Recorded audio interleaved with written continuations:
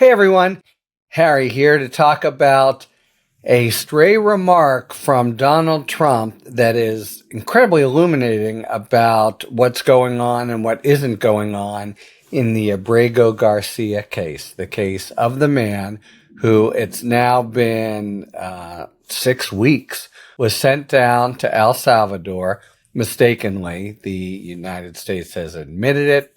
Even though Pam Bondi fired the lawyer who said so, several other people made clear that this was the case. This is a guy who's it's the sort of ultimate, not just failure of due process, but kind of totalitarian nightmare.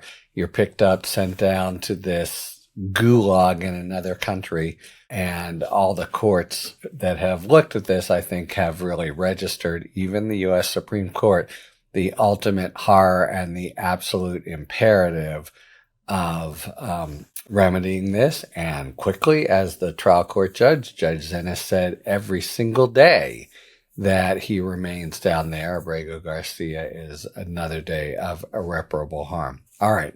So Trump, in the course of an interview, basically just inveighing against and trashing and, expressing his contempt for all these polls that show him the least popular president, save only Trump won, dating back to Truman when we have polls after 100 days. Let's fall the nugget that he hasn't even reached out to the president of El Salvador, who has the power to just more than the power. He has the power to release him, yes, but I think all that has to happen is Trump says release him, and he would immediately. He's an absolute. We saw this in the Oval Office. He'll do whatever. He's a two-bit ambitious dictator. He'll do whatever Trump says, but Trump hasn't even asked him. Why not? The lawyers haven't told me to. Okay, so take a step back. It's gone up through the district court, all the way up to the Supreme Court, which affirms 9-zip, including Alito and Thomas. This guy has a due process right to, you made a bad screw up and you need to facilitate his release from custody. You couldn't have a more broad order there. It goes back then to the district court judge, Judge Zinnes, who is undertaking discovery to get at what they've done and haven't done and how she should try to facilitate or order them to facilitate his return. Right now it's on a sort of cryptic pause for a week, maybe because the U.S. is trying to do something. But you can't imagine anything having happened except at the Trump Bukele level, right? Is this being, or the fact that he doesn't know and hasn't lifted a finger, the obvious thing to do, of course, is for him to do it. So first, it's a little stunning in that regard that he hasn't done squat. Second, what he's saying is, well, the lawyers haven't told me to.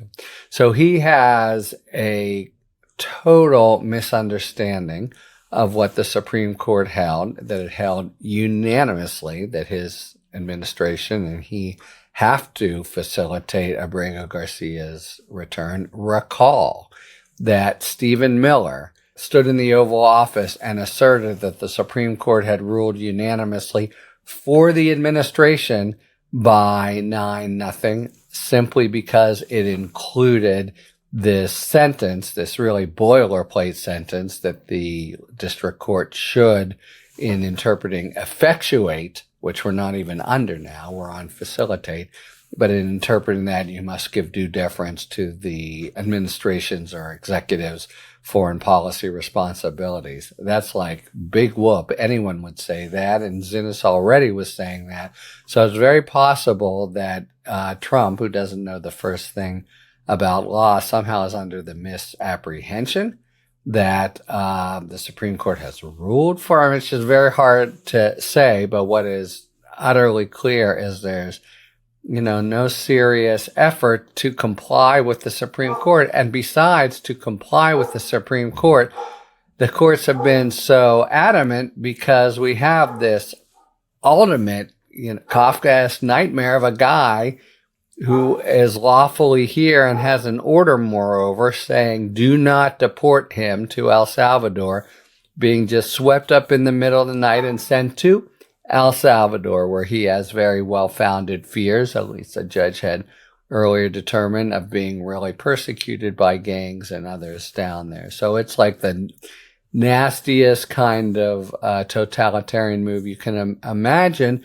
And the indifference. So it's not just the ignorance at Trump's level, but the indifference. Indeed, there's really been this sense, really, I get this strongest from Miller, Stephen Miller, of it's all like a game, and they're going to try to bob and weave, exaggerate what kind of, if the case for saying that Abrego Garcia is a member of the MS-13 gang and the like, all of which matters zero, absolutely zero.